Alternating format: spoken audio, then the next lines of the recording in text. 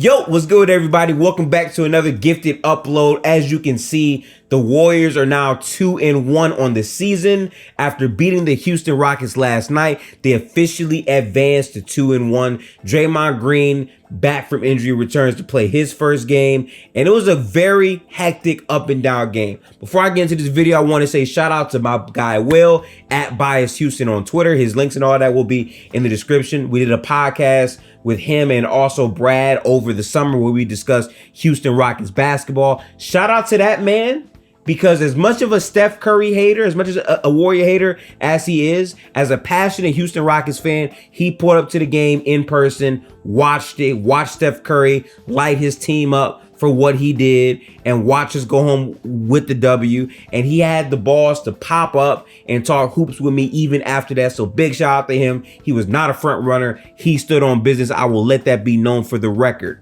So big shout out to him. But let's officially get to basketball, right? So for me, coming in, this was a big game. And I know most people are going to say, well, Gifted, what do you mean this was a big game? You play the Rockets. The Rockets are trash. It's not a big game. No. Look at my face. No. That is a terrible mindset to have. And the reason why that's a bad mindset to have is this is not last year. This is not the year before last year. This is 2023. This is an era of basketball for this season where teams are more competitive than they ever have been. There are literally 12 playoff caliber teams, and even the teams that are not deemed playoff caliber can still take wins off of playoff caliber teams in the Western Conference. So when I say every game matters, I mean every game matters. You want to know why I take it so seriously this season, even more than last season? Because last season we were almost in the play-in, but by the sheer luck of one game, we wound up making the playoffs and not being in the play-in. I don't want to be in that position again. So every game matters. So when I say a Houston Rockets game matters, this is a game where Draymond Green is coming back for the first time off of injury. Stephen Curry is playing through a foot thing. He was questionable. He also plays. Klay Thompson, he plays. All the veteran players for this team made sure to play against Houston. I guarantee part of it is because they are trying to set the tone by not losing to bad teams on the road early. We had a terrible road record last year that has to be rectified. I'm sure the players and the coaching staff understood that and knew that they had to address that. So that's why they're playing. But number two, it is a personal thing with Houston. And we can like lie about it and say, well, no, they just want to play. This is a personal thing, okay? The Dylan Brooks thing with Draymond, thankfully, nothing really crazy happened tonight at all with that, which was great. But they all want to send a message. They all want to hoop against Houston. And we've had many dogfights with Houston in the past with James Harden and even without him. So for those guys, they took the game personal, and Houston plays us tough a lot of the times that we play them. So much respect to those guys. But ultimately, we came in here to get a dub and we got one. So now we're 2-1. So that's my main takeaway. But now let's get to the actual game. So in this game, things kind of continued the pace from the other games. The bench lineup again was great. My player of the game is not Steph Curry. And I get it. Like, Steph Curry hit all the crazy shots, all the big shots. He's the best player. Where would we be without him? But where my eyes go to is in a Gary Payton II. GP2 played phenomenal basketball. He was in the passing lanes. He was getting steals. He was shutting off the water of a shot-chucking Fred VanVleet. Again, he'll get his game together, Rockets fans. I'm not trying to clown on your man like that, but Freddie VanVleet was not that good of a player last night, and I feel like GP2 played a big role in limiting his impact. Again, I don't think GP2 gets enough credit as one of the best POA defenders in the league at the guard spot, who plays bigger than the guard, so big shout out to him. That was huge. We were also positive in the bench units yet again, and to me, this has been the biggest revelation of the season. I thought we would be pretty solid with Chris Paul holding down the bench unit, but I did not think we would be dominant. Like, we're actually extending leads when Steph Curry is not in the game with those lineups. And you got to give Houston a lot of credit, because we went up like near 16 at one point and it looked like the game was over. And Houston fought themselves back into it, and we got into a possession for possession battle with Şengün, with Jabari Smith, and with more importantly, the likes of Jalen Green and Jayshawn Tate. Jayshawn Tate was a killer tonight. He hooped. If you watch the game, you know exactly what I'm talking about. He did his thing. But for me, the fact that we were able to close out the game is great. Because let me tell you something. Losses in the West are hard. You're going to get losses in the West. We're going to match up with teams that we lose against. It's going to happen. But you do not want to put yourself in a position where you potentially have a loss to a West team where like the record stuff and the division stuff, I don't care who it is. I just don't want to lose to Western Conference teams. If we got to lose to the East, I'm fine with that. Because these tiebreakers and all this stuff and how it plays out, you don't want that to happen. But especially if you know that you're better than the team, you don't have time to play around by giving away free wins to other teams. Because when it comes out to the end of the season and we're in like February and it's like, are the Warriors going to make the playoffs? Oh, if they beat the Houston Rockets in October, then they would have made it, but they didn't. So now they fall to the 8 or 9 seed, single game elimination. Oh, Steph Curry's hurt at the end of the season. How are they gonna?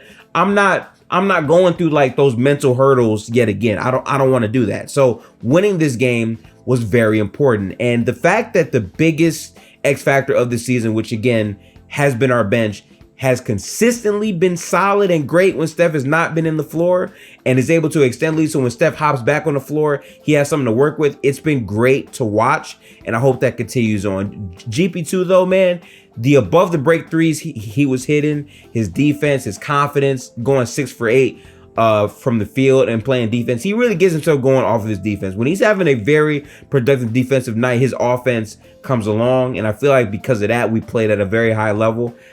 I need to see more from Andrew Wiggins. A lot of people are going to give me flack for that. I personally don't care. I was saying this last year, even when Andrew Wiggins was healthy, kinda, because even last year he only played 37 games. He was up and down, but I was still saying his play style has turned to where he's shooting a ton of threes. And guess what? Wiggins can shoot threes. I like when he's taking threes off the catch in confidence, not hesitating. That is perfectly fine. But what I don't like is when he takes those shots and A, there's a closeout coming pretty quickly. B, you're shooting these shots over 6', 6'3" guards who you're way bigger than, way stronger than, and you're not attacking the basket. Because ultimately on this team, we got to be real. The only one that's really getting paint touches is Chris Paul, Steph Curry, Kuminga sometimes if he's not posting up, and Andrew Wiggins. Those are going to be the main guys attacking the basket. Now, obviously, I could bring up Dario Saric and Moody and how they attack closeouts, fine. But in terms of consistently being able to go from the three-point line to the paint, Wiggins is one of the guys on the team who can do that. We literally saw against the Sacramento Kings during the final possession of the game where Wiggins comes down, Steph sets the screen, he dives to the basket, kicks right back to Steph for the open three, even though that was a bad miscommunication by the Kings, whatever. The point is, Wiggins has that skill set to be able to bend the defense and do that. He can do that. So him not doing it and having 0 rebounds is unacceptable. It is. And for our team to be good, for our team to have any hope of being the team we think we can be, Andrew Wiggins has to be playing better basketball. If he's playing like that, we're not going to win. And if I'm being honest, we've never had a consistent secondary scoring option. Even in the finals, it was Andrew Wiggins, but you can still argue that offensively, we didn't have a go-to legitimate second option. What made Andrew Wiggins so great was the way he was rebounding the basketball and giving us second chance opportunities and occasionally giving us a bucket here or there to get us out of a jam with his lockdown all-NBA defense. We need to see that Andrew Wiggins, and it's been super early. I do believe he's going to show himself once we get deeper into the season. He has some personal goals from something he wants to accomplish. So I know Andrew Wiggins wants to play better. And guess what? I'm rooting for the guy, man. Like, it takes time. He went through a lot of stuff last year. He had a lot of guts to come back for us and play in the playoffs. So shout out to him. But if he starts playing at a higher level with Draymond coming back, our defense is going to turn up all the way to the max. And I get it. I shouldn't be flexing about holding Houston to, near 100 points, but ultimately we want to win the game. And the way the Warriors have won the game historically is through having a great defense and through having Stephen Curry. Because honestly, We've never had a consistent secondary scoring option. Many would make you think that it's Klay Thompson. It is not. I don't count the Kevin Durant years. We knew what time it was with those rosters. Specifically, Steph has never really had a secondary scoring option that's like an all-NBA caliber player to take pressure off of him consistently in the half-court sets or even in transition. So for us, having a strong defense is what bolsters that, which can make our offense make more sense. And I think we're seeing more of a return to that type of identity with the veteran players and the young players taking steps in many different directions. So I'm happy. I'm liking how those things are looking. But ultimately, those are my thoughts on the game. Obviously, Steph Curry, which I almost forgot about this. Steph just went nuclear, and this season he's had many great performances. Obviously, the 41 points against the Kings where he sent them home literally by himself for that entire game. He channeled some of that more in the second half. He did not have a strong first half, in my opinion, but the way he was closing out in the fourth quarter, I mean, 10 plus points in the fourth quarter, hitting 3 after 3 after 3, knocking Dylan Brooks out of his boots, waiting for him to jump, and then shooting the ball and making that shot when we needed him to anyway is great. And I just want to quickly, while we're in this video, address this narrative about Steph Curry being the greatest front runner. Let's talk about this, right? So if you're in a close game and you're up 2 points in said close game, right? Wouldn't you want to make shots to extend that lead so you don't wind up choking the lead and losing the game? I would think so. But there's weird people on NBA Twitter who think because you're shooting threes when you're up, that makes you a front runner. When in reality, you're extending leads so your team does not have to see what happens if you collapse. Your team does not have to go through a fumble because you're not allowing it to exist in the first place.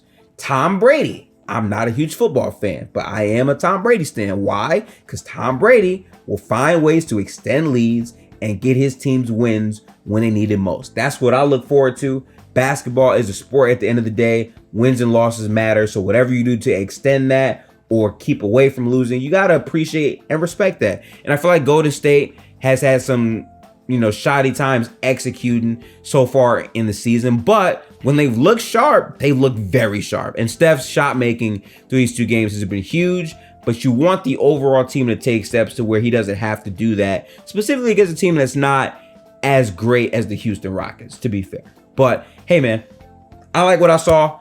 We played the Pelicans. What I also like is the seriousness and the attention level Golden State is giving to the regular season. Because last year, guys were kind of in and out. We didn't really care. Like, we would have back-to-backs and guys just wouldn't be playing. No. Draymond is playing tomorrow. Steph is playing tomorrow. Chris Paul is playing tomorrow. They said, according to their reports, that they're eyeing on playing their guys on back-to-backs. So the goal and the vision, barring health, of course, is to have the guys who can play, which means we're not going to bullshit against the Pelicans. We're not going to give them some easy win that in June it's like, damn, if we didn't give the Pelicans this win, then we could have clinched our division, which would have kept us out of the 8th seed or the 9th seed. No.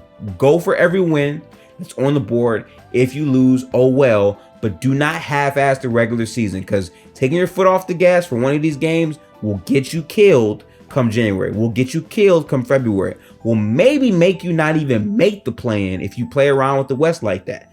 I respect the West, so I highly wouldn't advise us to do that, and we're not doing that. So that's great things for me. But overall, that's really it for my team, Golden State Warriors. I want y'all to know I've been watching nonstop basketball. I've been watching like so much. I've literally watched 50 games of basketball, by the way. That is a number I came to because I've been tracking myself inside of my Google Sheets, and I'm literally tracking how many games I'm watching for each team. Obviously, some games may interlap, but overall, when I add that number up, it comes out to 50. So I've at least watched the entirety of the NBA 50 times based on teams. Like, I've seen the Wolves, I've seen the Mad, I've seen pretty much every team play at least one game of basketball. And I wanted to wait on doing that because now for my next video, I'll have the opportunity to fully break down and analyze the starts for all of these teams. That'll be coming soon. I also am bringing back the podcast. Listen, we got a lot of stuff coming, but I'm tired of promising stuff and not dropping it. So my goal for right now is to get this video out, which I should be doing. It's early in the morning. I grind hard. We're knocking this out. But after this comes out, I'm going to be putting a heavy emphasis on my podcast, which is still coming. I'm still not doing my team breakdown series, but I promise Detroit, Charlotte, and Golden State, those are coming. And we're also going to be doing weekly pods where we're actually assessing the current week of basketball and diving into what teams are having success and what teams are not. And I'm going to be having guests, all types of things. Just stay posted for that. But things are coming. If you're not tapped in already, tap into my Twitter. On Twitter, we talk about a lot of basketball. I run halftime and post-game spaces to keep in touch with the games. I was streaming the games on playback, but right now my playback is corrupted. I'm waiting for management to help me, so we're waiting on that. But in the meantime, I'm going to be still doing the spaces on Twitter. We might also just do some random things in playback to where we just break down film. Again, I got a lot of ideas, so we'll see. But if you care about any of that stuff, tap into all the links at the bottom. Playback, Discord, Twitter, YouTube, all things of that nature. But I'm going to catch y'all because I got to work in literally an hour. So I need to go handle business on that. So yeah, people, peace out. Like the video, comment, subscribe. Let me know what you think about Golden State and how they've been playing so far. I've been excited to watch it as an NBA fan. I can't wait to see what we get into this year. But yeah, peace out, people.